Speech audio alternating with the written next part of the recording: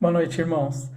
Vamos começar fazendo uma oração durante essa nossa meditação, durante esse nosso devocional. Oremos. Senhor Deus, nosso Pai, obrigado porque nós estamos aqui unidos ao Senhor, em comunhão contigo, para estudar a Tua Palavra, para conhecer melhor, ó Pai, as coisas que o Senhor tem para nós, para que nós possamos realmente colocar no nosso coração o que vem de Ti, o que é bom, o que é santo, o que é puro, o que é agradável. Obrigado, Senhor, por todos esses irmãos reunidos aqui e que nós possamos, ó Senhor, abrir nossos corações para o entendimento da Tua mensagem dada pelo Teu Espírito Santo.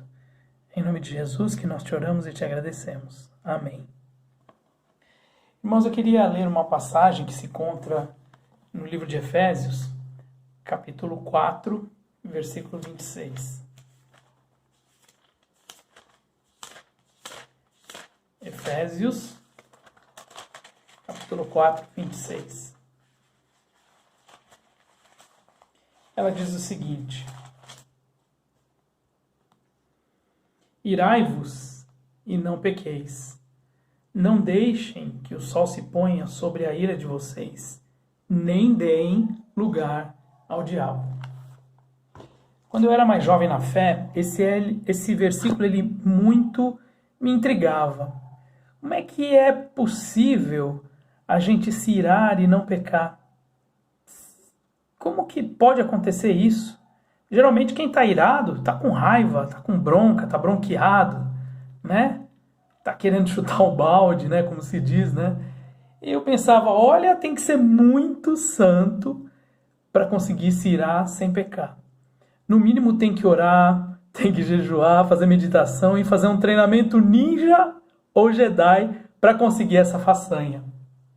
Mas Deus nos conhece e a palavra dele é sempre certa, não é? A palavra dele diz para nós aquilo que é possível fazer. Então ele dá orientações certas sobre o que nós devemos fazer. Então quando ele fala irai-vos e não pequeis, ele está dizendo é possível fazer isso sim. Aliás, ele nos criou dando a cada um de nós condições para nós conseguirmos realizar todas essas coisas. Nós podemos sim nos irarmos sem necessariamente cairmos em pecado. Existem diversos tipos de ira. Acho que a gente conhece bem, né?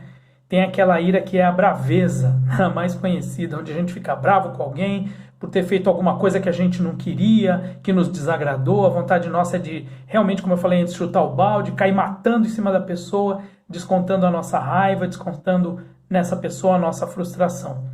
Esse tipo de ira geralmente resulta mesmo em pecado, porque todo tipo de sentimento ruim aflora.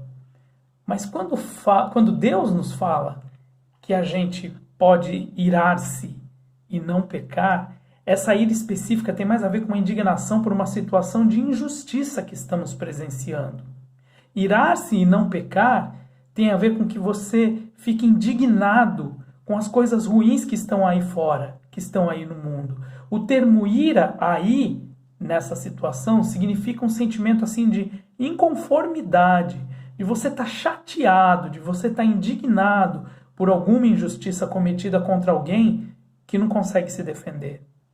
Essa ira não é pecaminosa, pois ela gera uma atitude de tentar fazer justiça, acertar as contas, no sentido de buscar um entendimento, um acordo, uma reconciliação, mas de uma maneira cristã, com base no amor.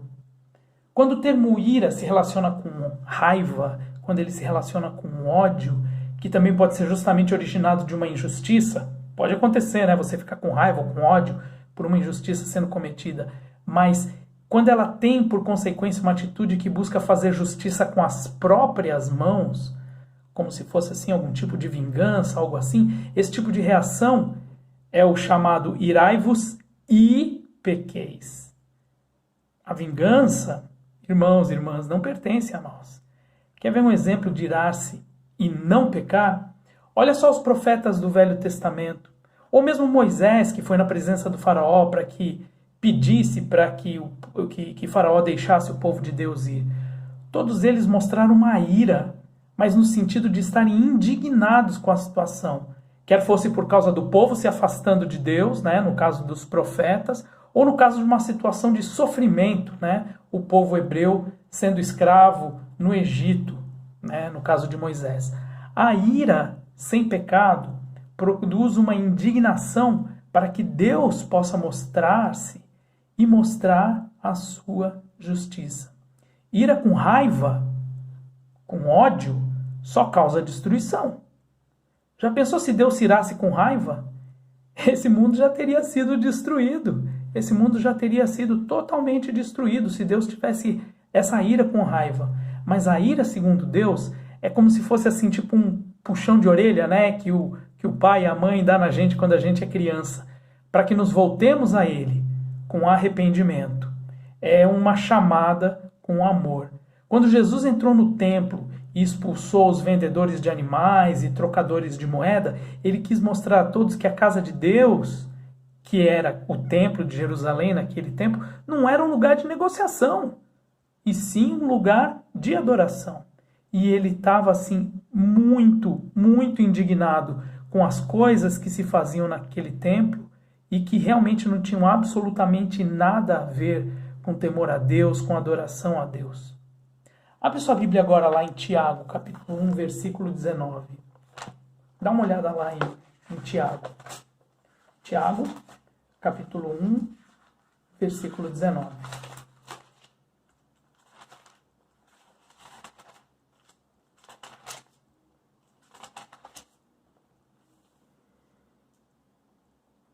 Vocês sabem essas coisas, meus amados irmãos. Cada um esteja pronto para ouvir, mas seja tardio para falar e tardio para se irar. Tiago nos fala que nós devemos ser tardios em ficarmos irados. E o que significa isso? Que a ira, segundo Deus, não é aquela ira de bate-pronto, você vai lá por impulso e dá uma bronca na pessoa. Mas é você realmente parar, pensar, meditar em de que forma você pode atingir, conversar com o irmão ou resolver essa situação com amor, não com ódio, não com raiva, não chegando ali de bate-pronto, querendo resolver a coisa por impulso. Mas quando o Tiago fala, seja tardio em se irar, pensa bem antes de você fazer as coisas. Pensa antes de você tomar uma atitude. Abre agora sua Bíblia lá em Salmos, Salmo capítulo 4, versículo 4. Olha lá, Salmo 4, 4.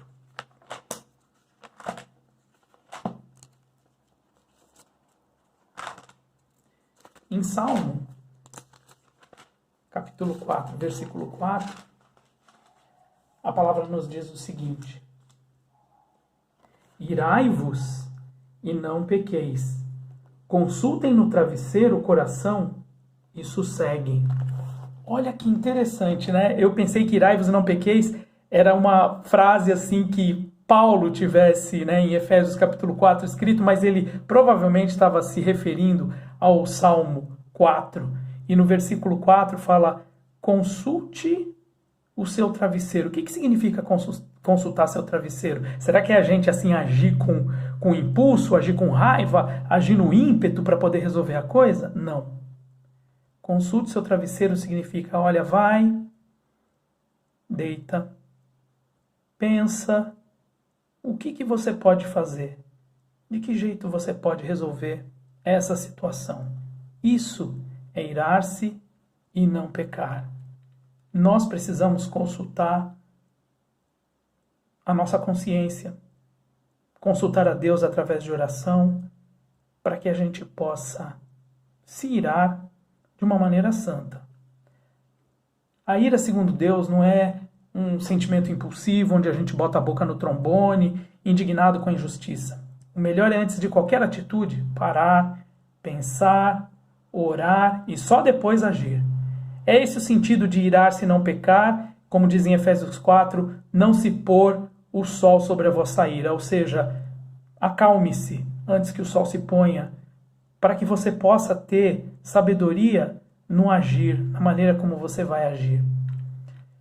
Sabe, irmãos e irmãs, essa mesma misericórdia que Deus tem por nós e por toda a humanidade. Segundo Pedro 3,9, diz que Deus é longânimo e Ele não quer que ninguém se perca. Ele é paciente porque Ele está esperando que todo mundo se converta, que todo mundo conheça o Evangelho, que todo mundo se achegue a Jesus. Imagina se Deus fosse despejar a justiça dele sobre nós, se ele fosse impaciente. Literalmente, Deus me livre, eu não ia querer isso de maneira nenhuma. Que Deus nos ajude nesse aprendizado, que fiquemos irados e indignados com a injustiça que acontece nesse mundo, mas sem pecado. E que isso resulte em ações para que Deus possa atuar salvando esse mundo com a sua graça. E Deus nos abençoe. Amém.